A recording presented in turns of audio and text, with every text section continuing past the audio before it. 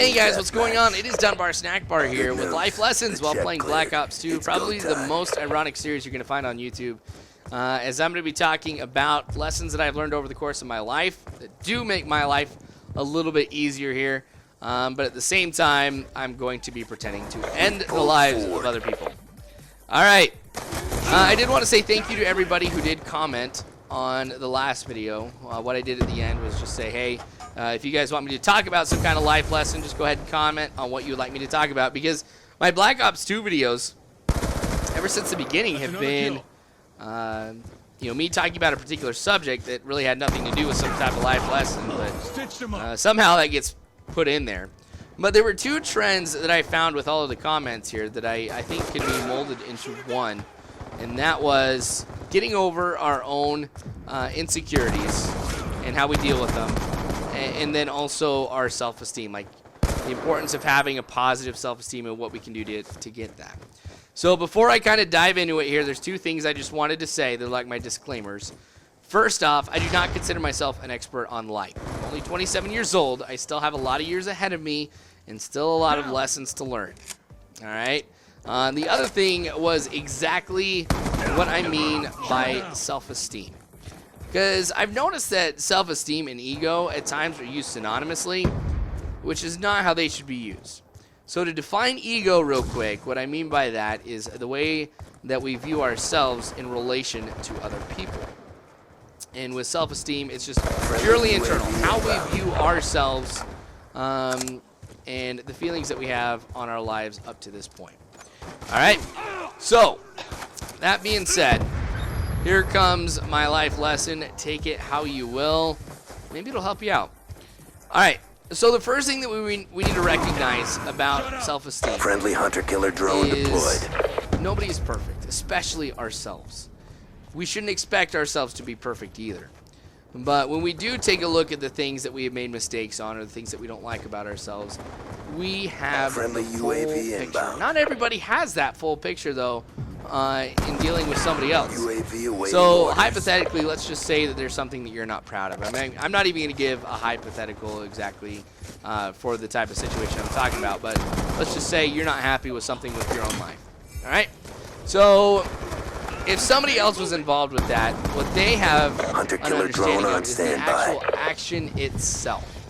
You, though, have the understanding of what led up to that action, what was going through your head, why you did it, and the repercussions of committing that action. And sometimes that's what we focus on with our self-esteem, and that's not a smart thing because we are our own worst critics. It's actually kind of tough to say because we have all that information. Now we're asked to forgive other people, to not let the past get in the way of certain things as we deal with other people. The same thing should hold true with ourselves. Self-esteem is important for our everyday life because our self-esteem directly correlates with how we treat other people and the way other people view us. Think about it. I mean, have you ever really, really wanted to spend time with somebody who says, I hate my life, I hate everybody hates me? I really don't know that many people who I would want to spend time with, in that regard. And even then, those who I would want to spend time with, I know don't really mean that. I think it's the goal of every single person to have a favorable view of themselves. But like I said, we have to recognize that we're going to make mistakes, and we have to accept that. In fact, we probably should even go beyond just accepting that and embracing that.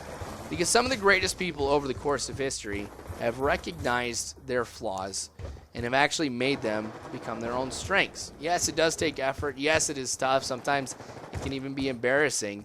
But in the end, having that weakness become a strength or having something in your life that you're not happy about kind of turn into something more positive is a tremendous thing that everybody should celebrate. Now, those who I do know who are negative people, even with them, they focus on very few events in their lives, and it is because of those few events that they think that they are bad people or that life is not great or whatever it may be. If you could seriously create a list of all the events that have taken place in your life and everything that you have done, you're going to find that on that list you can do a lot more good things than you do bad. Because I'm a firm believer that everybody deep down inside is a good person. There's so much good about us that we should be celebrating the things that we appreciate far more than focusing on the things that we don't like about ourselves. Now, there's a difference between recognizing our successes and, just being boastful about it.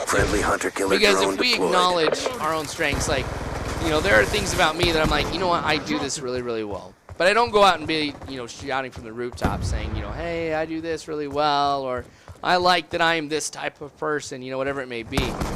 But there are plenty of things to celebrate, far more, like I said, than the things that, we may get ashamed about. With the things in our life, though, it's, as I was mentioning earlier, since we have that unique perspective where we know all the information about something, whether it be an insecurity or it could be just an event that we're not necessarily proud of and think that we're bad people because of something. Everybody, as I was mentioning here, has made mistakes. Nobody is perfect. One of the things, though, is for some people, that information is a lot more public. Like, what I mean is, you got a celebrity, they get followed around by TMZ all the time or something like that, and if they mess up, that's all over the TV. But there are other people that we know, it seems like that they can do no wrong at all. Or somebody does seem like that they have everything together. Trust me, they don't.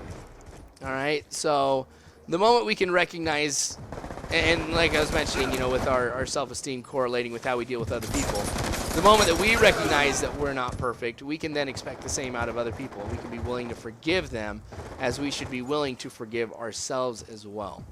So I know we're kind of drawing to a close here pretty quick, and I haven't even dabbed into that much of what I wanted to talk about here. What I did want to get to, and the main points, is to have a positive self-esteem, you need to realize that you're going to make mistakes. You're not going to be perfect.